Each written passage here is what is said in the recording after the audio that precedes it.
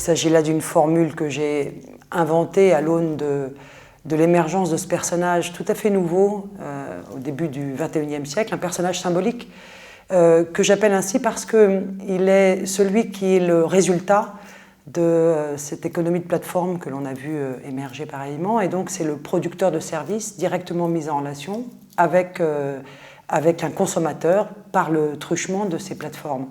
Il est ce travailleur indépendant, car c'est son statut, c'est lui qui décide de se connecter, et il est dépendant parce qu'il a besoin de cette plateforme pour trouver ce consommateur pour lequel il rend un service.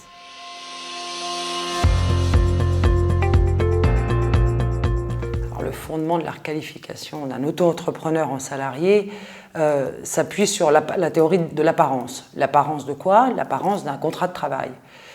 Toute cette démonstration qui s'appelle la requalification nécessite de démontrer devant un juge que cette personne physique exerce une activité professionnelle en contrepartie d'une rémunération et dans le cadre d'un lien de subordination. Et tout le problème dans cette affaire de requalification de l'auto-entrepreneur, c'est le lien de subordination. Et la question qui se pose, c'est de savoir si dans le fond la plateforme agit à l'égard de l'intéressé comme un donneur d'ordre particulier. Or, c'est se méprendre sur la figure nouvelle qui vient d'émerger, puisque précisément la démarche de se connecter appartient uniquement à ce travailleur indépendant. C'est lui qui a l'initiative de rechercher du travail et non pas l'inverse dans la figure de l'employeur vis-à-vis du salarié.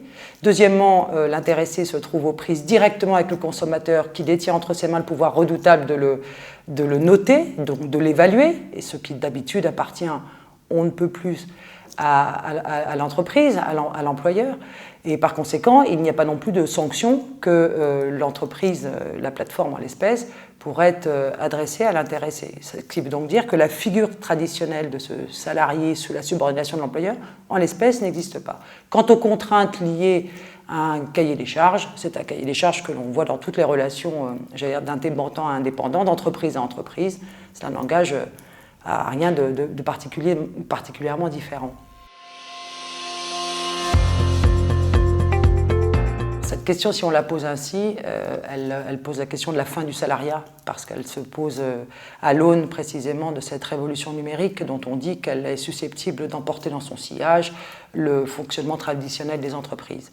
Alors, l'avenir du salarié en tant que tel demeure. Le salariat ne va pas disparaître du fait de cette révolution numérique. Simplement, il est clair que cette figure, la figure du salarié, va partager sa place avec d'autres formes de travail, ce qui est très différent du XXe siècle où elle était la forme hégémonique. Et par ailleurs, les caractéristiques de ce salarié vont indubitablement changer à l'aune précisément de cette technologie introduite dans les entreprises qui fait qu'on est davantage sur un mode collaboratif que dans un mode de devoir d'obéissance qui était la figure de l'usine traditionnelle verticale. Nous sommes désormais dans l'ère de l'horizontalisation des relations professionnelles.